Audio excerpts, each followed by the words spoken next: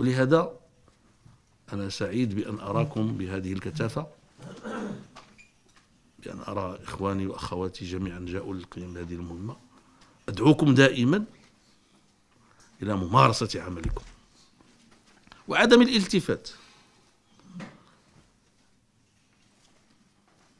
أنا لا أخفيكم، ما نكملش معكم اللقاء، غادي نمشي، وخصكم ما تلتفتوش للذهاب ديالي، تعتبروه ذهاب ديال شخص عادي. أنا ما زلت معكم، ما زلت مساندا للدكتور سعد الدين العثماني، وغنبقى أمين عام ديالكم حتى المؤتمر، وغنقوم بالواجب ديالي كاملا. لا كانت شي حاجة من الناحية النفسية ما يمكنليش نتحملها ولا شي حاجة، انتم ما تحرجونيش، لأنه ما قايمينش على عبد الإله بن كيران بزاف على باباه باش تكونوا قايمين عليه. ثم قايمين، لا خليوكم في المستوى ديال الكلام ديالي، ولا غطير يا الأخت أمينة.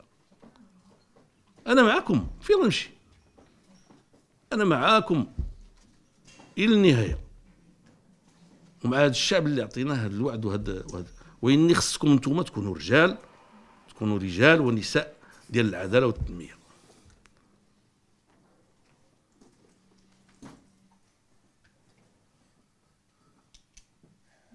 وملي تشوفوني مشيت تعرفوا بلي عندي أسباب ماشي ضروري نقولها لكم،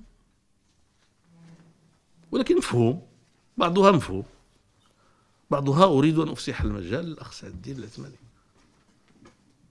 خصو يمارس صلاحياته كاملة. وخا القانون أنا هو الرئيس ديال الحزب، وخا أنا دابا نبقى جالس معكم هنايا، وخا كاع ما نهضرش راه مشكلة. ولهذا وهذا الشيء راه هو تحضير لفراق لا بد منه. راه كان عندكم شخص عزيز بحالي ولا أكثر مني، جاء فراقه يعني فجأة، وقال لي يا سي ماء العينين، يعني فرج الله كربته، ملي مشيت حضرت معاه في الجنازة الوالدة ديالو، قال لي واحد الحكمة، قال لي من لم يسلو سلو الإيمان سلا سلو البهائم.